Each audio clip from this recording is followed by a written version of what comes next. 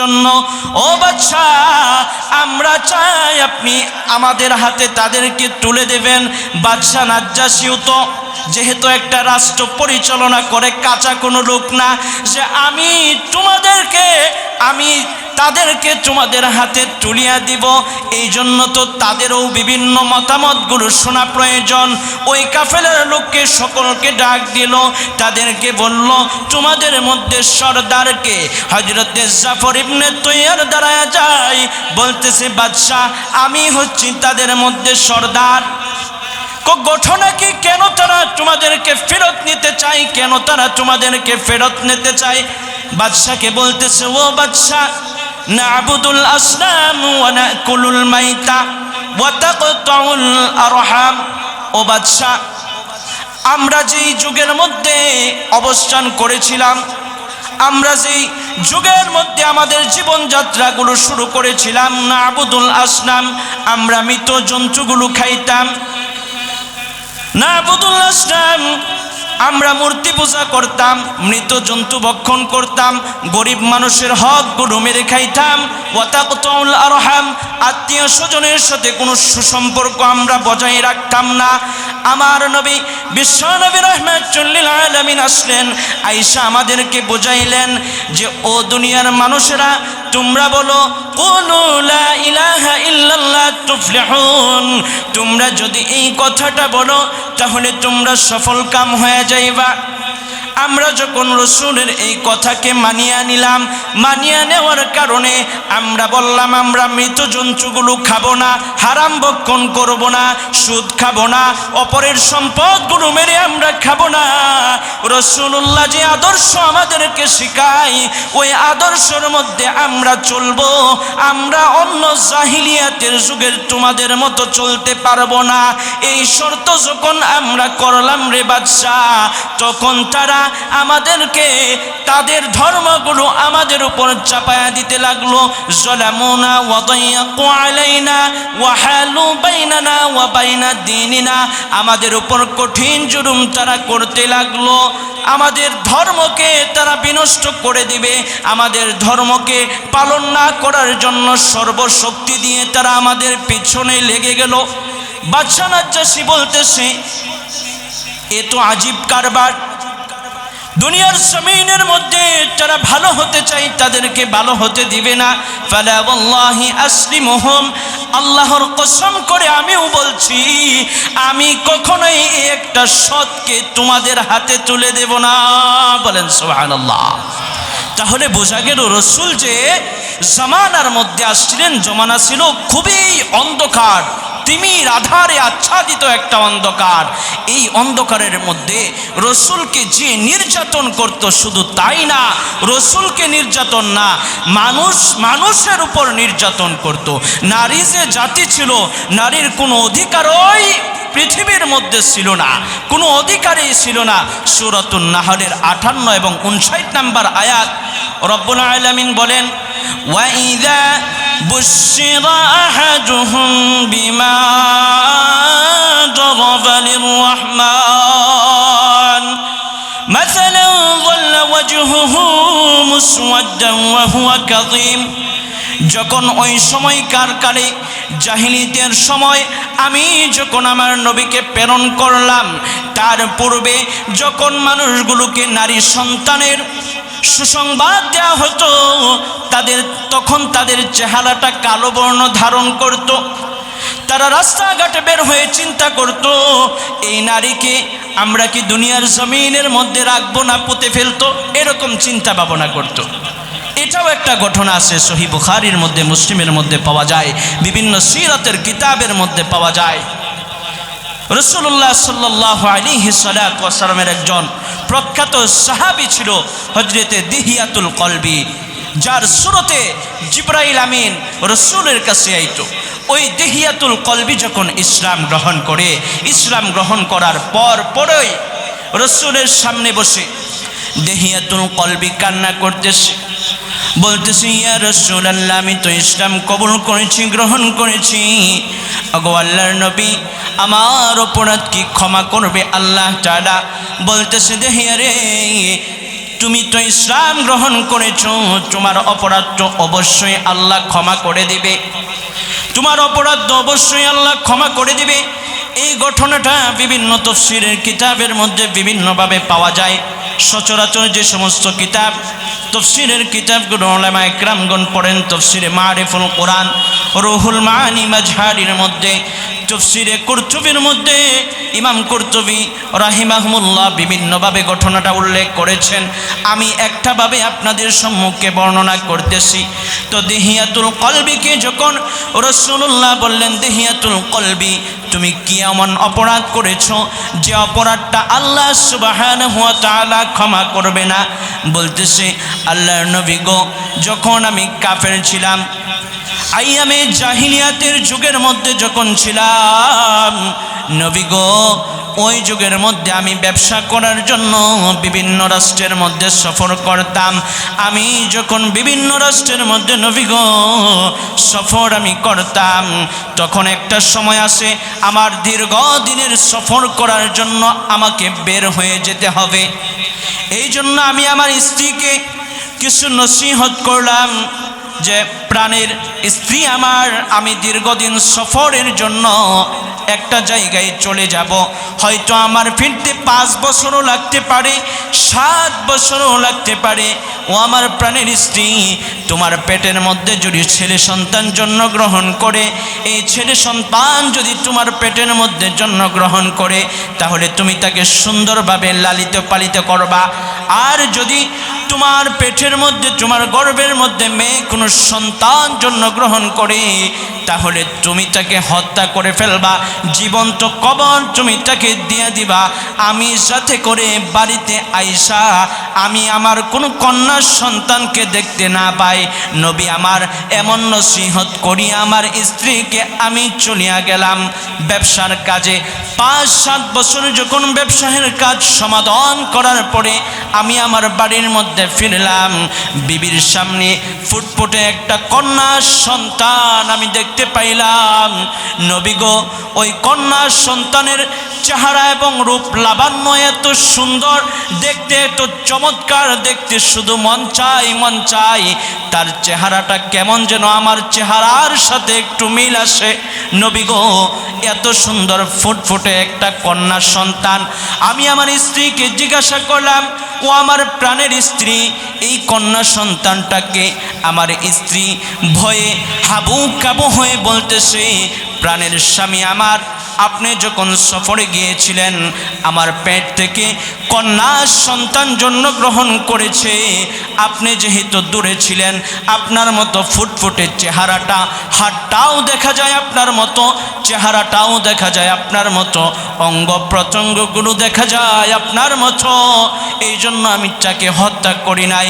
মেয়েটা আয়েশা দেহিয়াতুল কলবিকে বাবা বলে ডাকতেছে, আব্বু আব্বু বলে ডাকতেছে। দেহিয়াতুল কলবি রসুলকে বলতেছে, নবী আমার, এত সুন্দর করে আমার মেয়েটা ডাক দিত আব্বু আব্বু বলে, খুব চমৎকার লাগতো।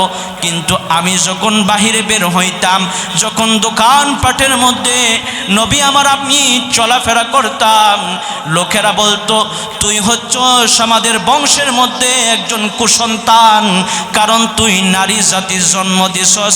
এটা হচ্ছে তোর একটা কপাল খারাপের একটা দোষ, তোর একটা দোষ। বলেন নাউজুবিল্লাহি মিন যালিক। নারীদেরকে এত অসম্মান করত, একটু পানির ব্যবস্থা করলে ভালো হয়। তো নারীদেরকে এত অসম্মান করত। এরপরে বলতেছে যে নবী আমার এই সন্তানের কথা যখন বাজারের মধ্যে বিভিন্ন রুটে ঘাটের মধ্যে মানুষ আলোচনা করে, আমার তো ভালো লাগে না। ও নবী আমার, আমি আমার স্ত্রীর কাছে আসলাম। আসার পরে আমি আমার স্ত্রীকে বলতেছি, প্রাণের স্ত্রী আমার, বহুদিন যাবৎ শ্বশুর বাড়ির মধ্যে আমি বেড়াতে যাই না, বহুদিন যাবৎ আমি বেড়াইতে যাই না গো। আমি আমার ছোট্ট এই মেয়েটাকে নিয়ে তার নানুর বাড়ির মধ্যে বেড়াইতে যাইতে চাই। তুমি তাকে সাজায় গোছায় দাও, তাকে সাজায় গোছায় দাও। স্ত্রী মনে করেছে হয়তো বাবার অন্তরের মধ্যে করুণ একটা দয়া তার প্রতি জন্মেছে, এই কারণে এই ছোট্ট মেয়েটাকে ফুটফুটে সুন্দর রূপের লাবণ্য এই মেয়েটাকে নিয়ে সে তার শ্বশুর বাড়ির মধ্যে বেড়াতে যাবে। মেয়েটাকে বলতেছে, মা তুমি রেডি হয়ে যাও। সকালবেলা ছোট্ট এই সন্তানকে নিয়ে সে রওনা দিয়া দিছে। দেওয়ার পরে এক বর্ণনার মধ্যে আসছে জঙ্গলের ভিতর, আরেক বর্ণনার মধ্যে আসছে মরুভূমির মধ্যে ফুটফুটে এই সন্তানকে নিয়ে যাইতেছে।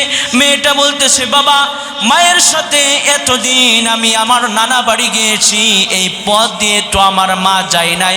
ও বাবা আপনি আমাকে কোন জায়গায় কোন নানুর বাড়ি নিয়ে যাইতেছেন? বাবা বলতেছে, মা তুমি চলো, আমি তোমাকে তোমার নানু বাড়িতেই নিয়ে যাব। সকাল শেষ হয়ে দ্বিপ্রহর চলে আসে, সূর্যের প্রখর তাপ আমার উপর পড়তে থাকে। ও নবী গো, আমি একটা গর্ত খুঁড়তে থাকি। এই গর্ত যখন বিশাল লম্বা হয়ে যায়, অনেক গর্তটা গভীর হয়ে যায়, মেয়েটা আমাকে জিজ্ঞাসা করে, আব্বু আব্বু এই গর্তটা কেন তুমি খুঁড়তেছো, কেন তুমি করতেছো গো আব্বু?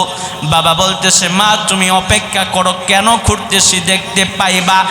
নবী আমার ওই মেয়েটার ডাকটা আমার কানের মধ্যে এখনো বাজে গো নবী আমার। মেয়েটা কত চমৎকার করে আমাকে ডাকে আব্বু আব্বু বলে। আমি যখন গর্তটা খুঁড়ি, আমার চেহারার মধ্যে যে ঘামটা ছিল, আমার পিঠের পেছনে যে ঘামটা ছিল, মেয়েটা তার কাপড়টা দিয়া ঘামটাকে শুকায়া দিতেছে, মুইসা দিতেছে, আমাকে আব্বু আব্বু বলে ডাকতেছে। যখন গর্ত খোঁড়া হয়ে গেল, নবী আমি আমার মেয়েকে বললাম, ওগো আল্লাহর নবী, ওই মেয়ে আমার মেয়ে দিকে তুমি আসো, গর্তটার দিকে তুমি একটু তাকাও। আমার মেয়ে যখন গর্তটার দিকে তাকাইল গো নবী, এক বর্ণনার মধ্যে লিখেছে একটা পাথর নিক্ষেপ করেছে দেহিয়াতুল কলবি, আরেক বর্ণনার মধ্যে আসছে তাকে মাটি চাপা দিতেছে। মেয়েটা বলতেছে, বাবারে আমাকে তুমি মাথা চাপি দিও না, মাটি চাপা দিও না, আমাকে তুমি পাথর মাইরো না। আমি নারী হয়ে জীবিত হয়েছি, দুনিয়াতে আসছি, এটা তো আমার কোনো অপরাধ না, আল্লাহ সুবহানাহু ওয়া তাআলা পাঠাইছে। যদি এমনটা হয় যে তুমি আমাকে বাঁচায় দাও, কোনোদিন আমি তোমাকে আব্বু বলে ডাকবো না, কোনোদিন আমি বাপের পরিচয় আমি দিব না। বাবা গো তুমি আমাকে জানে মাইরো না। আমার দুইটা চোখ যে প্রান্তরে যায়, আমার দুইটা চোখ যেই দিকে যায়, আমি ওই দিকেই যাব। আব্বু আব্বু তুমি আমাকে মাইরো না। ও নবী, আমার এই প্রচণ্ড হৃদয় আমাকে মেয়েকে বাঁচানোর কোনো তাগিদ দিল না গো নবী। আমি আমার মেয়েকে পাথরটা যখন নিক্ষেপ করলাম, তার মগজটা যেন দ্বিখণ্ডিত হয়ে রক্ত ফিনকি দিয়ে ছুটছে নবী। নবী গো, এমন রক্ত তার থেকে বের হইতেছে নবী, মেয়েটা মনে হয় আমাকে এখনো ডাকে আব্বু বলে, মেয়েটা মনে হয় আমাকে এখনো ডাকতেছে, আমার কানের মধ্যে আওয়াজ আসতেছে আব্বু আব্বু ডাকতেছে, এখনো আমার কানের মধ্যে আওয়াজ আসে নবী গো, এখনো আওয়াজ আসতেছে। আমি যখন খাইতে যাই আওয়াজ আসে, আমি যখন শুইতে যাই আওয়াজ আসে, আমাকে আব্বু বলে ডাকতেছে নবী, আওয়াজ আসে। আমি যখন বিশ্রাম করি, ইবাদত করি, তখনও আমার কানের মধ্যে আমার মেয়ের আওয়াজ আসতেছে। এই কথা যখন আমার নবীকে শুনাইছে, নবীর চেহারার মুবারক লাল হয়ে গেছে, নবীর চেহারার চোখ দিয়া পানি পড়তেছে। আল্লাহর নবী বলতেছে, দেহিয়াতুল কলবি, তুমি কেমন পাষণ্ড হৃদয়ের অধিকারী, তবে তুমি ইসলাম গ্রহণ করেছ। এই ইসলাম গ্রহণ করার কারণে রব্বুল আলামিন তোমাকে ক্ষমা করে দিয়েছে, তোমার কোনো অপরাধ তোমার আমলনামার মধ্যে থাকবে না। প্রিয় মুসলমান ভাইরা আমার, মুরব্বী বাবাজিরা আমার, যুবক বন্ধুরা আমার, ঘটনাটা বলার উদ্দেশ্য হচ্ছে যে সহি একটা ঘটনা, উলামায়ে কেরাম এখানে উপস্থিত আছেন, বিভিন্ন তাফসীরের কিতাবের ঘটনা, বানানো কোনো কিচ্ছা কাহিনী না। এই ঘটনাটা বলার উদ্দেশ্য হচ্ছে আপনাদেরকে বোঝানো যে আমার পয়গম্বর যখন দুনিয়ার জমিনের মধ্যে আসে, কেমন অবস্থা ছিল দুনিয়ার আধারটা, নারী জাতির কোনো অধিকার পৃথিবীর মধ্যে ছিল না। কিন্তু আফসোসের সহিত বলতে হয়, আজকে বিভিন্ন জায়গার মধ্যে বিভিন্ন এনজিও কর্মী সহ বিভিন্ন জায়গার মধ্যে নারীবাদী সুশীলরা যেইভাবে সম অধিকারের জন্য স্লোগান দেয়, মূলত ওরা সম অধিকারের জন্য স্লোগান দেয় না, মূলত হচ্ছে ওরা আমার আপনার মেয়েকে ঘর থেকে বাইর করতে চায়, রাস্তা থেকে বাইর করতে চায়, তাদের চেহারাগুলো জনসম্মুখের মধ্যে প্রকাশ করতে চায়। ওই সমস্ত নাস্তিক্যবাদী সুশীলরা তারা বলে আমরা নারীদের অধিকারকে প্রতিষ্ঠা করতে চাই। ও মুসলমান বাবাজি আমার, তারা কোনোদিন আপনার মা বোনদের অধিকারকে প্রতিষ্ঠা করতে চায় না, বরং সম অধিকারের কথা বলে আমার আপনার মা এবং বোনকে, সমাজের সমস্ত নারীদেরকে তারা ভোগের পাত্রী বানাইতে চায়। কথা বলেন ঠিক কিনা? অবশ্যই তারা ভোগের পাত্র বানাইতে চায়, কারণ এই পূর্বের যুগের মধ্যে, ইসলামের মধ্যে, ইসলাম ছাড়া যে যুগটা ছিল আইয়ামে জাহিলিয়াত, ওই যুগের মধ্যে নারীরা যে বাঁচবো এই অধিকারই ছিল না। নারী জাতি যে বাঁচবে এই অধিকারই তারা দিয়েছিল না। ইসলাম আইসা নারীদের সমস্ত অধিকারগুলো প্রতিষ্ঠা করছে, বলেন আল্লাহু আকবার। তো আমার রসুলকে ওই জামানার মধ্যে প্রেরণ করছিল আল্লাহ সুবহানাহু ওয়া তাআলা। কেমন অন্ধকার ছিল, শুধু কি তাই, আইয়ামে জাহিলিয়াত কেমন ছিল, বছরের পর বছর যুদ্ধ চলতো। মিরাতুজ জামান নামক একটা কিতাব রয়েছে, প্রথম খণ্ডের মধ্যে একটা ঘটনা আছে যে বাসুস নামক একটা গোত্র ছিল, একজন মহিলার নামও ছিল বাসুস। জাসসাস বিন মুররার খালা ছিল আল বাসুস। ওই বাসুসকে তার একটা উট অন্য একটা জায়গার পাখির একটা বাসা ভেঙে দেয়। কেন পাখির বাসা ভেঙে দেয়? এই জন্য সে উটকে হত্যা করে। উটকে কেন হত্যা করে? এই জন্য মানুষকে হত্যা করে। এই ঘটনাটা, এই যুদ্ধটা 40 বছর পর্যন্ত স্থায়ী হয়। একজন আরেকজনকে ওসিয়ত কইরা যায় যে আমি মইরা যাই, ওরে ছাড়বে না, এরকম একটা যোগ ছিল। শুধু তাই না, ওই সময়টার মধ্যে মানুষ মনে করেছে যে এখান দিয়ে একজন মহিলা হেঁটে হেঁটে যাচ্ছে। একজন যুবক আর একজন যুবককে বলতেছে, এই যে গর্ভবতী মহিলাটা রাস্তা দিয়ে হেঁটে যাচ্ছে, তার যে গর্ভের সন্তান এটা ছেলে হবে। আরেকজন বলতেছে না না এটা মেয়ে হবে। আরেকজন বলতেছে না না ছেলে হবে। তখনকার তো আলট্রাসোনোগ্রাম ছিল না, এত প্রযুক্তি নির্ভর ছিল না। তাহলে তারা বলতেছে তাহলে কেমনে বুঝবো? দুইজন বাজি ধরছে, বাজি তো আপনারা অবশ্যই বোঝেন, ব্যাখ্যা করতে হবে না। তাহলে কিভাবে দেখব? ওই যে গর্ভবতী মহিলারা রাস্তা দিয়ে হাইটা যায়, ওই মহিলাকে পেটের মধ্যে অস্ত্র দিয়া খুন করার পরে দেখত যে পেটের মহিলাটা, গর্ভের মহিলাটা ছেলে না বয়ে। বলেন নাউজুবিল্লাহ মিন যালিক। কেমন যুগটা তখন ছিল! পশু পাখি চলতো, আপনার কোনো একটা পশু অন্যজনের বাড়িতে গিয়ে সে রানের কোনো একটা সাইড কাইটা সে গোশত রান্না কইরা খাইতো। বলেন নাউজুবিল্লাহ মিন যালিক। কেমন জানোয়ারের যুগ ছিল তখনকার। এই সময়ে আমার নবীকে প্রেরণ করছে। রসুল যখন তাদের সম্মুখে পেশ করলো সূরাতুল আরাফের 195 নম্বর আয়াত, যে আলাহুম আরজুলুন ইয়ামশুনা বিহা। মুসলমান বাবাজিরা আমার গভীর মনোযোগ দিয়ে শুনতে হবে, আলোচনাটা সামনের মধ্যে আরো মজাদার হবে। আলাহুম আরজুলুন ইয়ামশুনা বিহা আম লাহুম আইদি ইয়াবতিশুনা বিহা।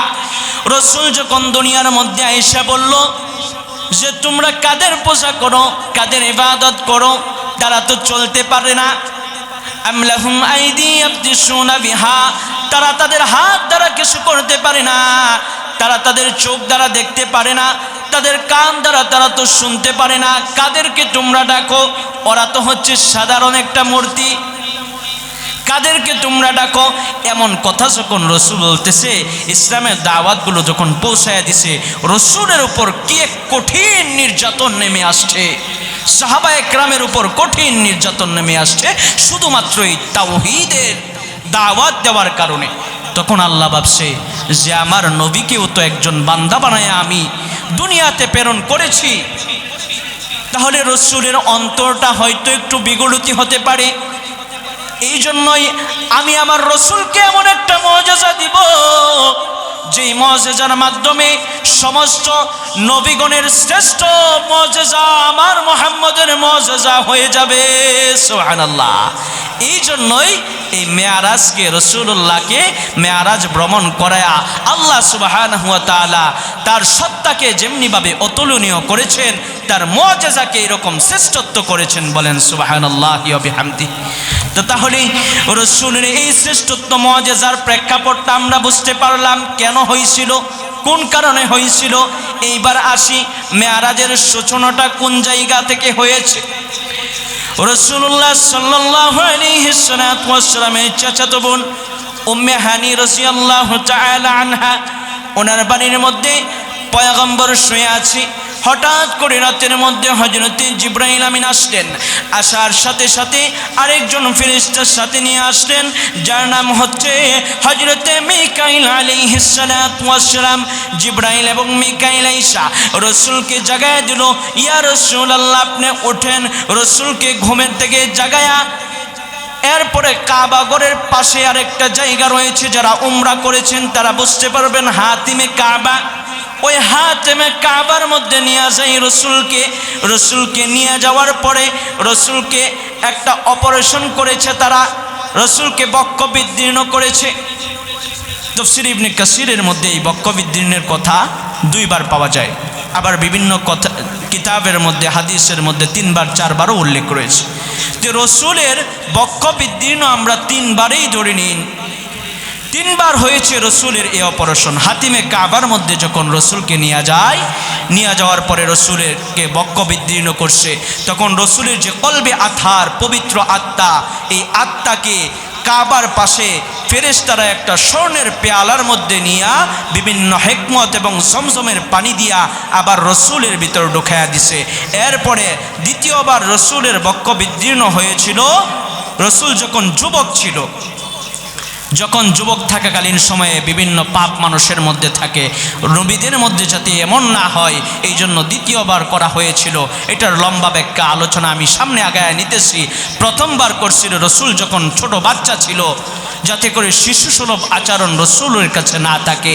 রসুল যখন বিবি হালিমাতুস সাদিয়ার করেছিল তখন বক্ষ বিদীর্ণ হয়েছিল। এই 3 বার হয়েছিল।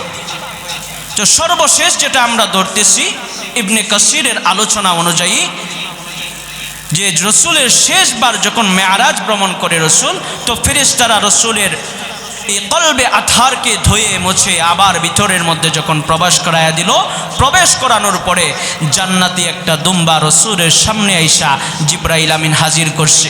বলতেছে, ইয়া রাসূলুল্লাহ, ইয়া হাবিবাল্লাহ, এই বুরাকের উপর আপনি উঠে বসুন।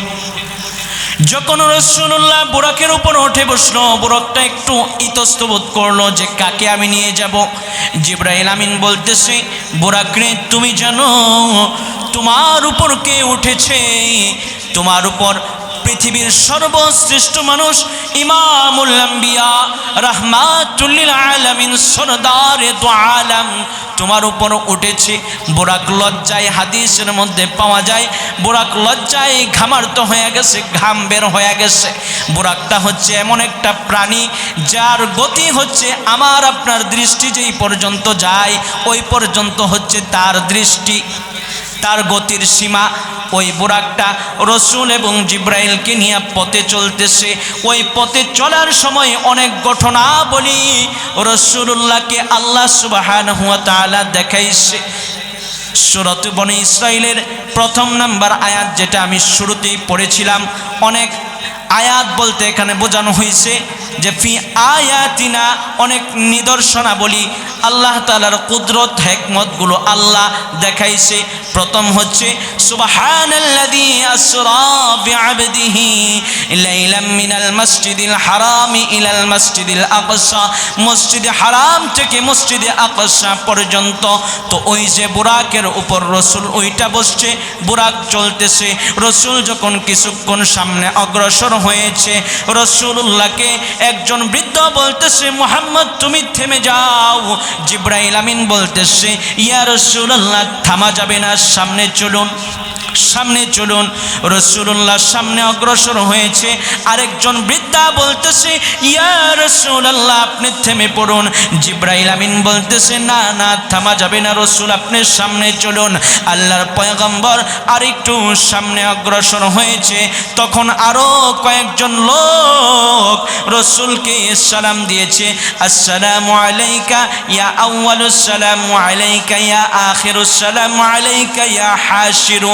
জিবরাইল আমিন বলতেছে ইয়া রাসূলুল্লাহ তাদের সালামের জবাবগুলো আপনি নিয়ে নেন। রাসূলুল্লাহ তাদের সালামের জবাবগুলো নিয়ে নিল।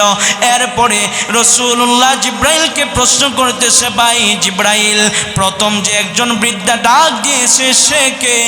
রাসূল বলতেছে ওগো রাসূল প্রথম যে বৃদ্ধা আপনাকে ডাক দিয়েছে গো রাসূল সেই বৃদ্ধা হইতেছে শয়তান, যে আপনাকে এই সফরের মধ্যে ধোঁকা দিতে চাইছিল।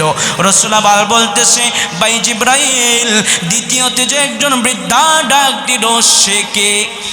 রাসূলুল্লাহ বলতেছে জিবরাইল বলতেছে ইয়া রাসূলুল্লাহ সে হইতেছে দুনিয়া, যেই দুনিয়া তার শেষ সময়ের মধ্যে উপনীত হয়েছে, তার শেষ সময়ের মধ্যে উপনীত হয়েছে, সে আপনাকে ধোঁকা দিতে চাইছিল। মুসলমান বাবাজিরা আমার, যুবক ভাইয়েরা আমার, আমরা যেই জামানাটার মধ্যে বসবাস করতেছি এই জামানাটার নাম হচ্ছে শেষ জামানা। সকলে বলেন কোন জামানা? শেষ জামানা। একটু আওয়াজ দিয়া বলেন কোন জামানা? আপনারা কি ঘুমায় গেছেন? একটা তাকবীর হয়ে যাক, জোরে সোরে ঘুমকে বিদায় দিয়া বলি আল্লাহু আকবার। বলেন নারে তাকবীর, নারে তাকবীর। জাগ্রত আছেন আপনারা? একটু দুইটা হাত তুইলা দেখাই তো আমরা সকলে জোরে সোরে বলি নারে তাকবীর। তো মুরব্বী বাবাজিরা আমার, যেই কথার মধ্যে আমি ছিলাম যে রাসূলুল্লাহ সাল্লাল্লাহু আলাইহি ওয়াসাল্লাম বলতেছে তাহলে এই বৃদ্ধা দুনিয়া হয় কেমনে? দুনিয়ার বয়স যত বাড়তেছে দুনিয়া তত সুন্দর হইতেছে। আত্মার রাহিমাহুল্লাহ একটা ফার্সিতে একটা কবিতা উনি লিখেছেন, জালে দুনিয়া চো আমার আস্তে আস দর দরোজে শেওয়ে দিগারে আখস্তে আস। যে বুড়ি দুনিয়া 2 দিন পর পর নতুন স্বামী সে গ্রহণ করতেছে, তার বয়স যত হইতেছে, তার বয়স যত বাড়তেছে, তার সৌন্দর্য তত বাড়তেছে। আমরা দুনিয়ার পিছনে যত অগ্রসর হই বেশি, যত বেশি দুনিয়াকে ধরতে চাই তত বেশি আল্লাহর ইবাদত থেকে আমরা মাহরুম হই। কথা বলেন ঠিক কিনা? তত বেশি আমরা আল্লাহর রহমত থেকে, ইবাদত থেকে মাহরুম হই। এই জন্য জিবরাইল বলতেছে ইয়া রাসূলুল্লাহ এইটা ছিল দুনিয়া। তাহলে বাকি অন্য অন্য যারা ছিল তারা কারা? তারা বলতেছে ইয়া রাসূলুল্লাহ তারা হচ্ছে আল্লাহ তাআলার নবীগণ। বলেন সুবহানাল্লাহি ওয়া বিহামদি। এরপরে রাসূলুল্লাহ সাল্লাল্লাহু আলাইহি ওয়াসাল্লাম যখন আরেকটু সম্মুখে অগ্রসর হয়েছে, রাসূলুল্লাহ যখন আরেকটু সম্মুখে অগ্রসর হয় তখন একদল লোককে দেখতেছে আল্লাহর পয়গম্বর তামার নখের মাধ্যমে তারা তাদের চেহারাগুলোকে খামসাইতেছে, চেহারাগুলোকে খামসাইতেছে, শরীরগুলোকে খামসাইতেছে। রাসূল জিজ্ঞাসা করলো ভাই জিবরাইল তামার নখ দিয়া তারা কেন তাদের চেহারাগুলোকে খামসাইতেছে? জিবরাইল আমিন বলতেছে ইয়া রাসূলুল্লাহ তারা হচ্ছে আপনার উম্মতের মধ্যে ওই সমস্ত লোক যারা গীবত করত। গীবত কাকে বলে? গীবতের সংজ্ঞা কি অবশ্যই আপনারা বোঝেন। একজনে একটা দোষ করেছে, এই দোষটা অপর ভাইয়ের কাছে বলার নামই হচ্ছে গীবত। আমাদের একজন ওস্তাদজি বলতো গীবত হচ্ছে ঘি ভাতের মতো, ঘি এবং ভাত খাইতে যেমন মজা লাগে গীবত মানুষের করলে সেরকম কি মজা লাগে। আপনি যখন একজনের দোষ বলবেন দেখবেন মলতে আরো বেশি মজা লাগে। বুজুর্গানে কেরাম বলেন যে গীবত যখন মানুষ করে শয়তান তার ঠোঁটের মধ্যে আইসা মধু লাগায় দেয়, তখন তার আরো বেশি বলতে মজা লাগে গীবত। এই জন্য গীবত থেকে আমরা হেফাজত থাকবো ইনশাআল্লাহ। সূরাতুল হুজুরাতের 12 নম্বর আয়াত আল্লাহ বলেন ইয়া আইয়ুহাল্লাযীনা আমানু ইজতানিবু কাসীরা